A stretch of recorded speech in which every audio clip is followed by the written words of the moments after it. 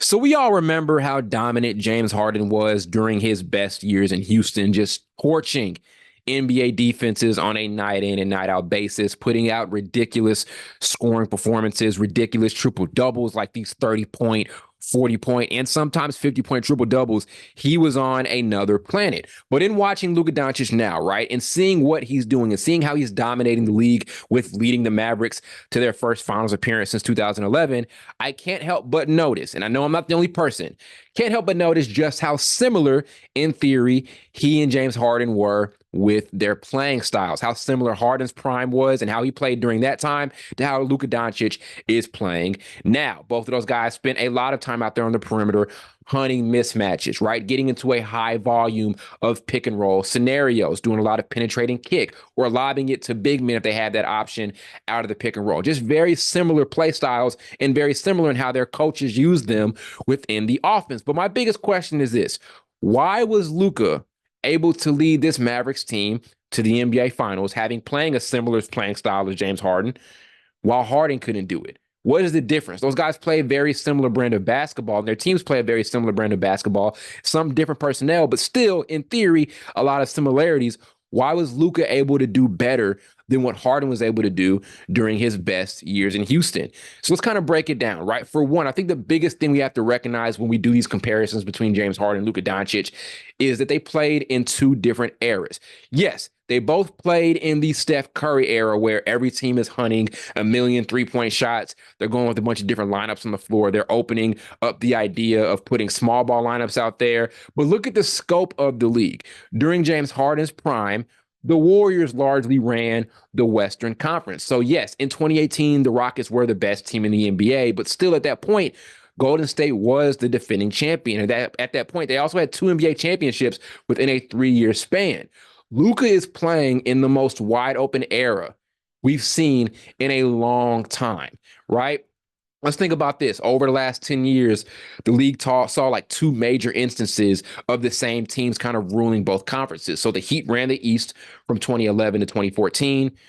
The Spurs ran the West from 2013 to 2014. The Warriors ran the West pretty much from 2015 to 2019. And the Cavs ran the East again from 2015 to 2018.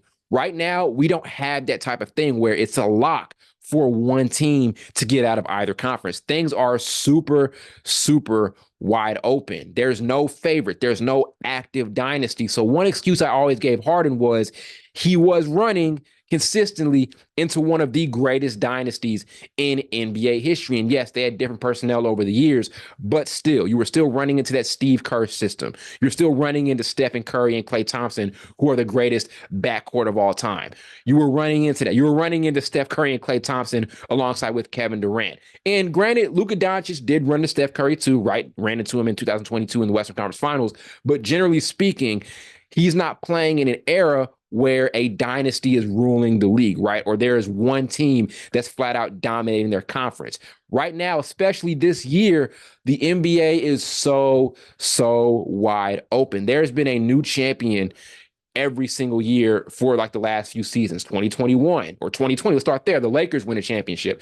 2021, the Bucks win it. 2022, the Warriors win it. 23, the Nuggets win it. And now in 2024, two completely different teams in the mix with the Boston Celtics and the Dallas Mavericks. So James Harden didn't have as much success, I will say, because the league wasn't as wide open. Even in 2022, when Luka Doncic ran into the Golden State Warriors, who eventually went and won a title, the league was still relatively wide open, right? Golden State had to prove that they can go and win another title again. It wasn't a lock for them to go and win a title. The league was still wide open. It was still very unpredictable. Harden didn't play in that unpredictable era of the NBA where it wasn't a lock for one team to represent their conference in the NBA Finals. Another thing that we have to say here is also the availability of second options.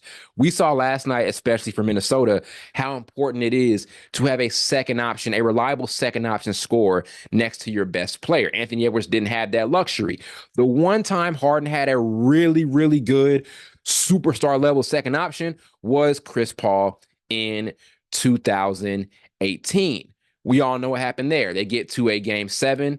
They're on the verge of winning that series and knocking off the Warriors dynasty, right? That would have been the game that would have knocked off the Warriors dynasty in a lot of people's eyes.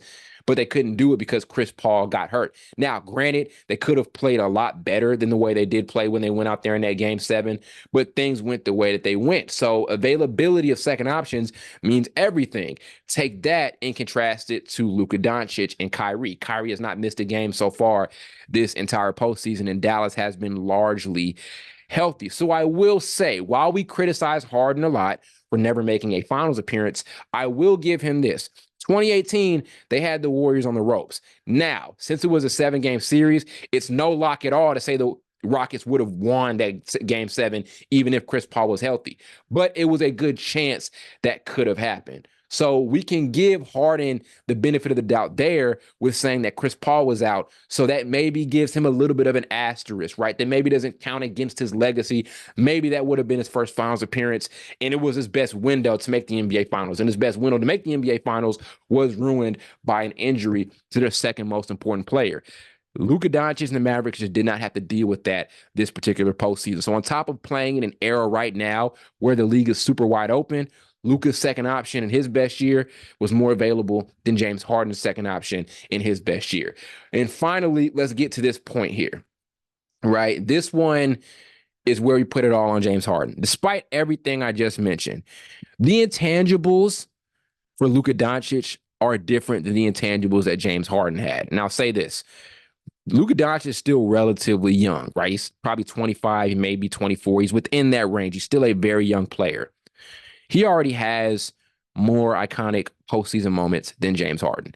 So that's what really separates them. That's why this thing has worked, right? That's why people have fallen in love with Luka a lot more than James Harden. Even though they have similar play styles, Luka brings something different to the table.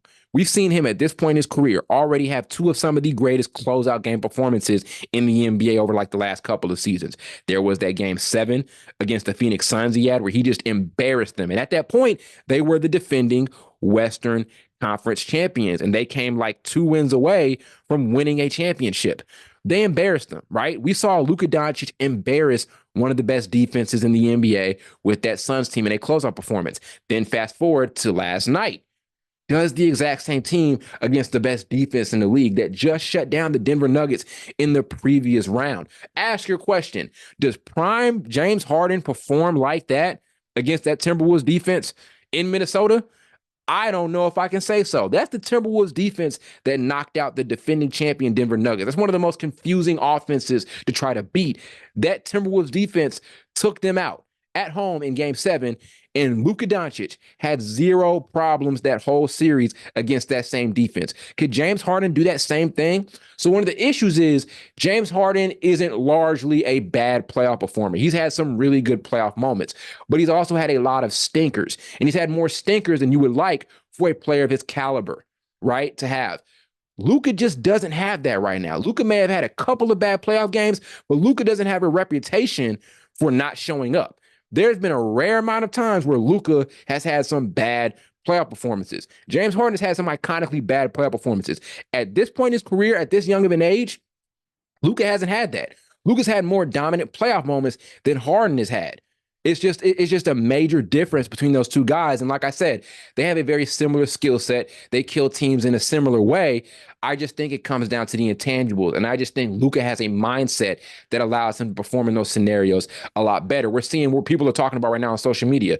Luka may like playing away games a lot more in the playoffs than playing home games because there's something the away crowd does to him that wakes him up, that makes him play and take his game to an extremely different level.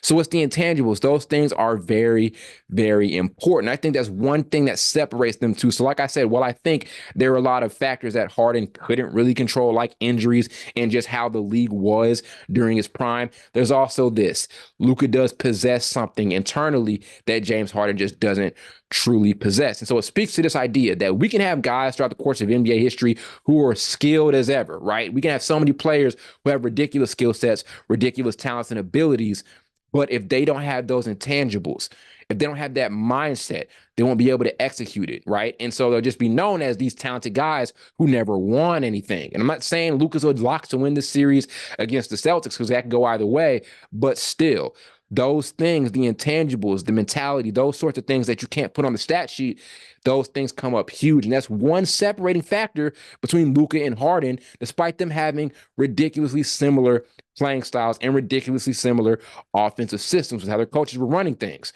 So we'll see what happens here in the finals for Luka. I'm definitely rooting for Dallas to win it, but it's going to be interesting. But those are the things that I think really separate how we perceive Luka Doncic and James Harden, despite both of them having very similar playing styles and very similar approaches to the game of basketball.